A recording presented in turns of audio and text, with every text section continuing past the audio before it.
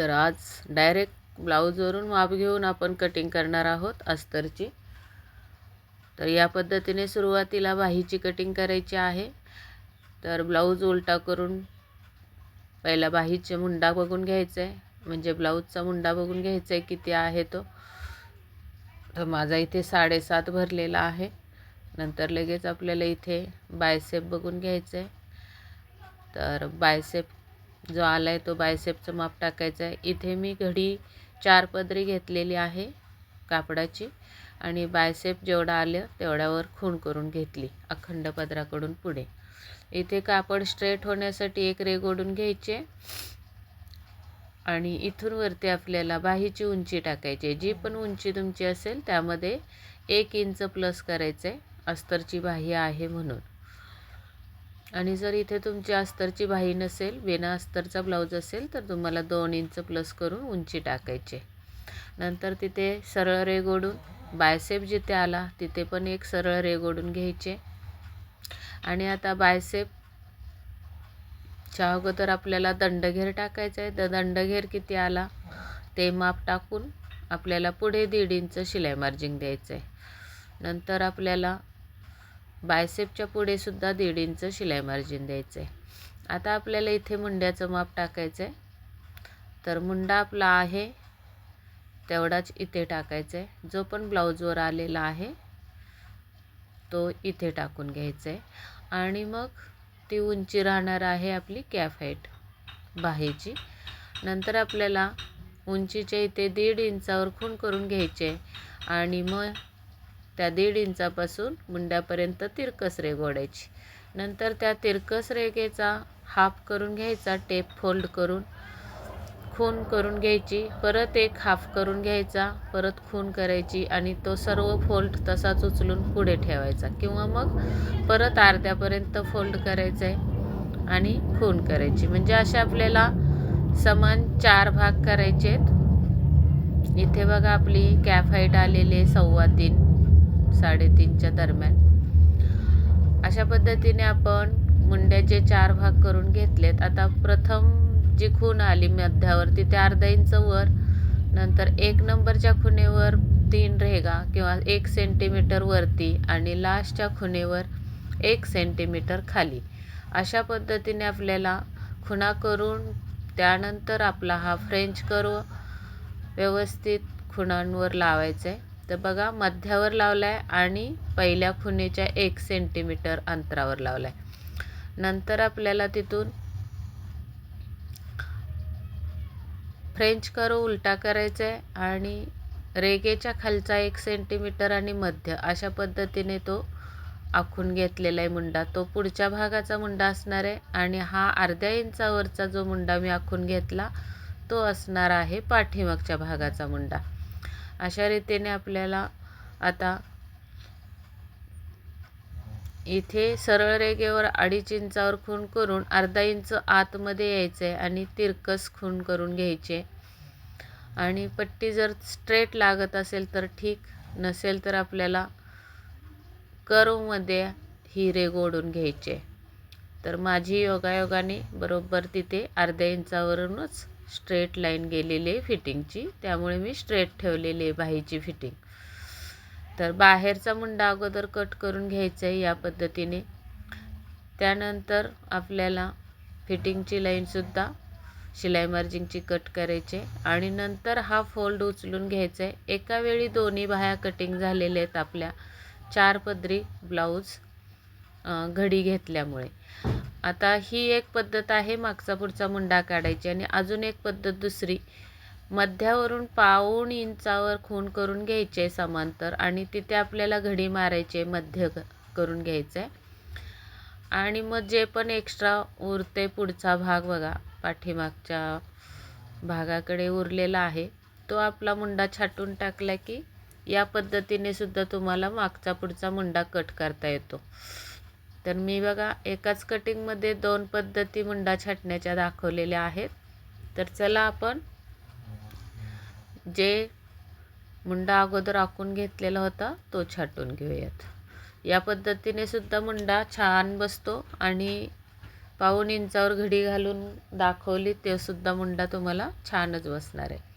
आता आपल्याला front part आणि बॅक पार्ट कटिंग करायचं आहे. तर सुरुवातीला डबल फोल्ड आहे पिसाचा, त्याचाच नंतर मी अजून एक फोल्ड करून 4 पदरी फोल्ड करून घेतले कापडाच.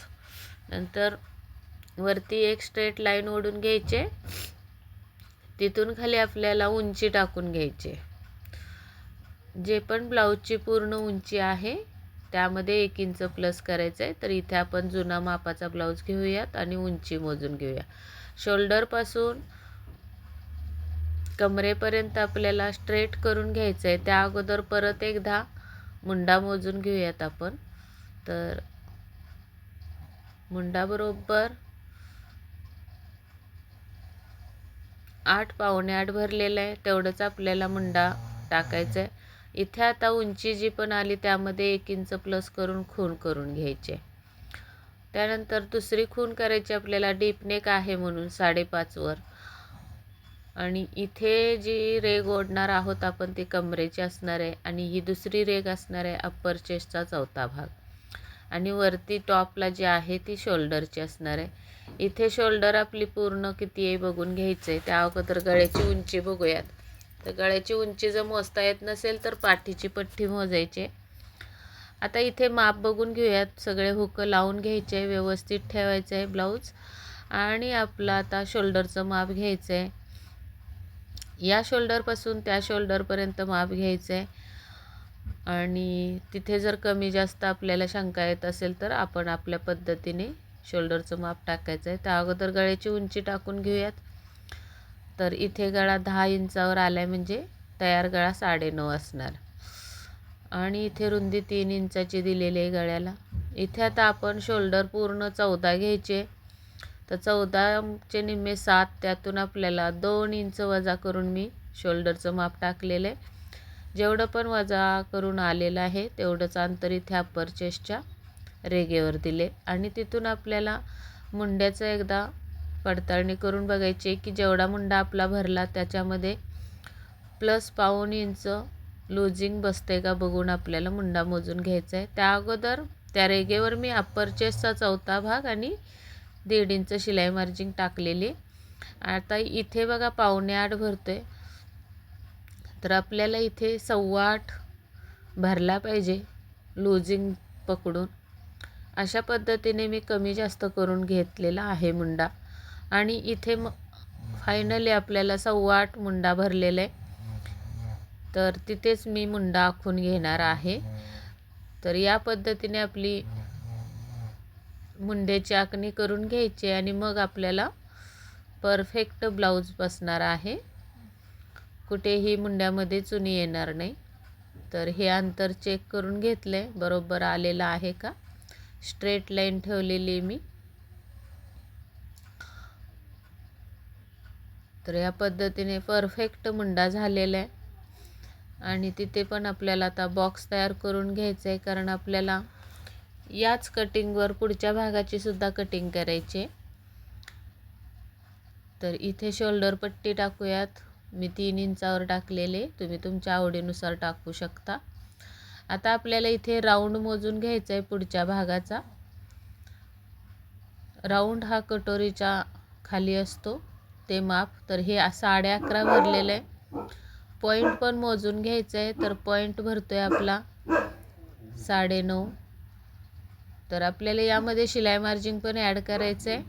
तर 9.5 आहे, तर 10 वर खूण करून घ्यायची पॉईंटची. आणि तिथून खाली आपला राऊंड पण असणार आहे. तर त्या अगोदर इथे अर्धा इंच आतमध्ये यायचं आहे मुंड्यासाठी आणि मुंड्याची लाईन आखून घ्यायची. पुढच्या भागाचा मुंडा अर्धा इंच आतमध्ये खाचून घ्यायचा असतो, म्हणजे पुढच्या भागाला सुद्धा चुन्या येत नाहीत आपल्या ब्लाऊजला. या पद्धतीने पुढच्या भागाचा मुंडा असा छाटून घेतलेला आहे मी. नंतर आता आपल्याला इथे राऊंड टाकायचं आहे.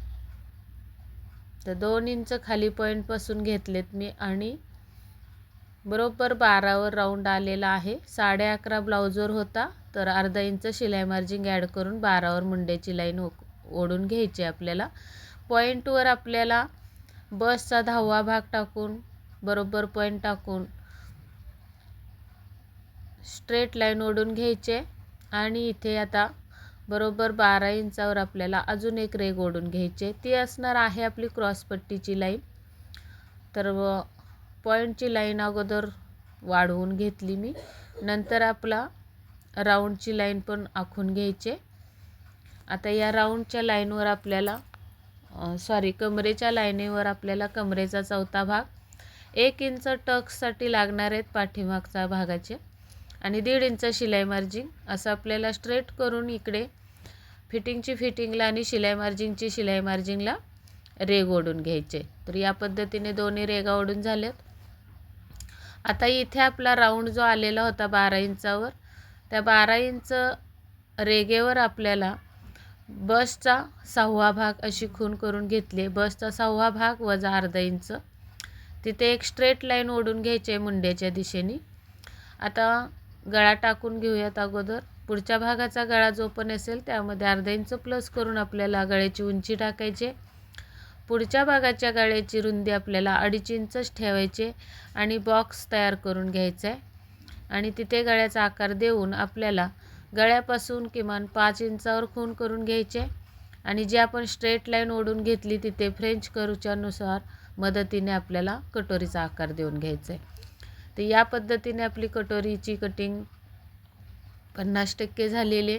क्रॉसपट्टीला आकार देण्यासाठी गळ्याच्या दिशेने 1.5 इंच वरती जाऊन जो आपण क्रॉसपट्टीच्या वरती कटोरी जोडणाऱ्या पार्टवर अर्धा इंच तिरकस जायचं आहे वरच्या साईडनी. अशी तिरकस कटिंग केली तर फिटिंगला छान बसतो ब्लाऊज. तर या पद्धतीने पूर्ण कटिंग झाली आहे. आपण परत एकदा चेक करतोय राऊंड बरोबर आलाय का आणि आता हे कटिंग करून घेऊयात. अगोदर पाठीमागचा मुंडा कट करायचा आहे आणि त्यातला पाठीमागचा भाग बाजूला काढून आपण मग पुढच्या भागाची ही कटिंग करून घेणार आहोत. या पद्धतीने आता आपली कटिंग झालेली आहे. पाठीमागचा पार्ट बाजूला काढून घेते. यातला गळ्याच्या इथे कट मारून घ्यायचा आहे अगोदर, म्हणजे पाठीमागचा आणि पुढच्या गळ्याची रुंदी बरोबर मॅच होईल. अशा रीतीने मधला पार्ट उचलून घेतला, तो असणार आहे पाठीमागच्या भागाचा. इथे आपल्याला टक्स मारून घ्यायचा आहे बरोबर 1 इंचाचा आणि तिरकस जे कापड गेलेलं आहे तेवढं छाटून टाकायचं आहे. याच्याने आपला ब्लाऊज वर खाली होणार नाही किंवा फिटिंगच्या साईडला चुन्या येणार नाहीत. त्यानंतर आता हे कटिंग करून घेऊयात. तर आपली क्रॉसपट्टीची उंची चेक करून घेऊयात तेवढीच बसणार आहे का. पाठीमागच्या भागाच्या मुंड्यावर पुढच्या भागाची मुंड्याची उंची जी आहे ती सेम ठेवायची एकावर एक आणि कटोरी जोडतो तो पार्ट कुठंपर्यंत आला तिथे खूण करून घ्यायची. आता पाठीमागच्या भागावर ही उंची मोजून घ्यायची. जी पण उंची आली त्यामध्ये अर्धा इंच प्लस करायचं आहे मार्जिन आणि ती क्रॉसपट्टीची उंची असणार आहे. तर ती क्रॉसपट्टीची उंची ही परफेक्ट येते, त्यामुळे मी हीच क्रॉसपट्टी कट करणार आहे. तर इथे क्रॉसपट्टी कट करून घेऊयात आणि कटोरीचा पार्टसुद्धा आपण बाजूला काढून घेतलेला आहे. आता आतला मुंडा छाटून घ्यायचा आहे, तो आपला पुढच्या भागाचा मुंडा असणार आहे. तर मुंडा छाटलेला या पद्धतीने दिसला पाहिजे, तरच तुमची फिटिंग छान येणार आहे ब्लाऊजला. आता इथे पाठीमागच्या भागाला गळा टाकून घेऊयात. गळ्याला खाली रुंदी मी 3 इंच दिलेली आहे आणि बॉक्स तयार करून आपल्याला या बॉक्समध्ये कोणता हवा तो गळा टाकू शकता. मी इथे गळ्याच्या बाजूला मटका आणि कमरेच्या बाजूला पान गळा अशा पद्धतीने गळ्याची डिझाईन करणार आहे. तर गळ्याच्या उंचीचा फोल्ड करून अर्धा काढून घेतला आणि नंतर त्या अर्ध्याचा अर्धा काढून घेतला आणि या पद्धतीने गळ्याचा आकार दिलेला आहे मी. तर अशी कटिंग झालेली आहे गळ्याची. आता आपल्याला कटोरी वाढवायची. तर ही जी मूळ कटोरी निघालेली आहे ती आपल्याला जशी आहे तशी दुसऱ्या कापडावर छापून घ्यायची. तर जिथे पण आपली जागा उरलेली कापड जास्त उरले त्यामध्ये अशी क्रॉसमध्ये ठेवायची कटोरी ही तिरकस आणि चारी बाजू छापून घ्यायचे आहेत. तर या पद्धतीने गळा मी उमटवून घेतला थाप मारून आणि कडेने आता आपल्याला खडूनी मार्किंग करून घ्यायचं आहे, बरोबर जेवढी मूळ कटोरी आपली आलेली आहे तेवढी. आणि मध्ये पॉईंटला सुद्धा थाप मारून पॉईंटसुद्धा उमटवून घ्यायचं आहे. तर इथे रेघ ओढलेली आहे ती आपण डार्क करून घेऊयात पॉईंटची आणि गळ्याची.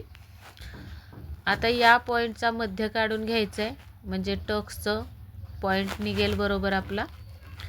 आणि दोन्ही साईडला आपल्याला 1.5 इंच कटोरी वाढवून घ्यायचे.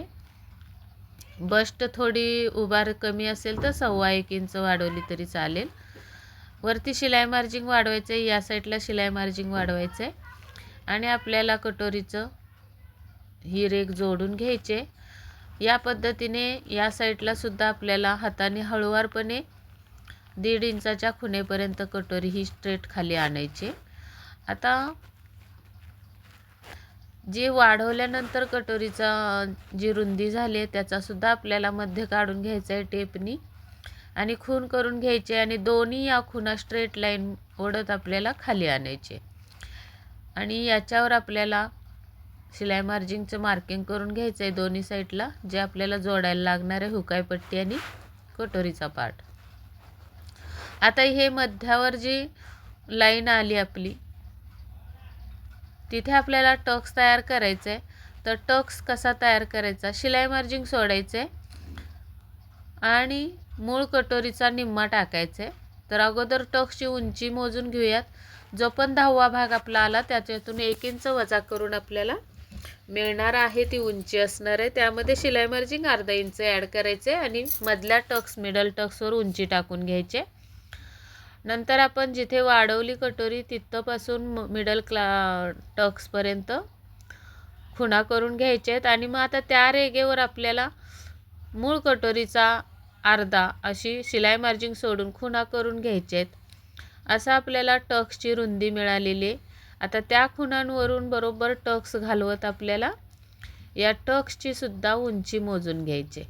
जी मधल्या टक्सची उंची आलेली आहे तेवढीच या दोन्ही टक्सवर सुद्धा उंची यायला पाहिजे, तरच कटोरी आपली परफेक्ट बॉडीवर बसणार आहे. तर हुकाईपट्टीच्या साईडला थोडी उंची कमी झालेली होती ती मी वाढवून घेतलेली टक्सची. आणि अशा पद्धतीने आता परत आपल्याला खुणा करून ही कटोरी पूर्ण तयार झालेली आहे. आता कटिंग करायच्या अगोदर एकदा चेक करायचं आहे पुढचा पार्ट ठेवून की आपली कटोरीची उंची परफेक्ट झाली का. तर या रीतीने कटोरी जोडण्याचा पार्ट आपल्याला लावून बघायचं आहे कटोरीला. तर बरोबर कटोरीला बसतो का, पुरतो का. तर माझा अगदी बरोबर पुरतो आहे. तर हे अर्धा इंच जे एक्स्ट्रा खाली दिसते तेवढी उंची एक्स्ट्रा असायलाच पाहिजे कटोरीची, तरच कटोरी तुमची परफेक्ट त्या पार्टला पुरणार आहे. तुम्हाला कमीही पडणार नाही आणि एक्स्ट्राही होणार नाही. नेहमी कटोरी अर्धा इंच उंच असावी तरच कटोरी व्यवस्थित पुरली जाते. अशा रीतीने कटोरीची पण कटिंग झालेली आहे पूर्ण. तर ही कटिंग तुम्हाला आवडली असेल तर नक्की मला कमेंटमध्ये सांगा. आणि व्हिडिओ आवडला असेल तर लाईक करायला विसरू नका. लाईक केल्याने गरजूपर्यंत व्हिडिओ पोचणार आहे. आणि सबस्क्राईब केलं नसेल अजून चॅनेलला तर जरूर सबस्क्राईब करा आणि बेल आयकनची घंटी दाबा.